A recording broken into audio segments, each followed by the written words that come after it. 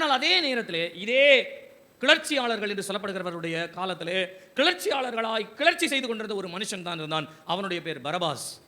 இந்த பரபாஸ் ரோமர்களுக்கு விரோதமாய் கிளர்ச்சிகளை செய்த பொழுது அவனை கைது செய்து ஒரு மரண தண்டனைக்கு அவனை கொண்டு வந்தார்கள். இப்பொழுது ஒரு மரண தண்டனைக்கு நேராய் வந்து விட்டார்.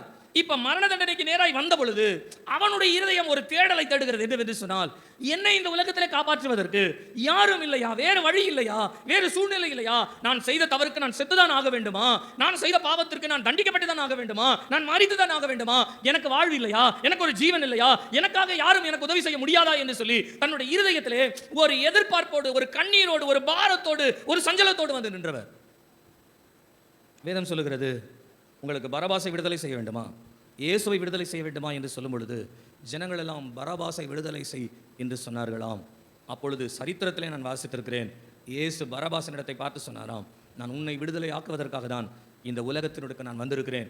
இந்த விடுதலையின் நற்செய்தியை நீ போய் மற்றவர்களுக்கும் சொல்லி அவர்களையும் நீ விடுவிக்க வேண்டும் என்பதற்காக தான் உன்னுடைய தண்டனையை நான் ஏற்றுக்கொண்டு உன்னை விடுதலை ஆக்குகிறேன் என்று சொல்லி அனுப்பினாராம்.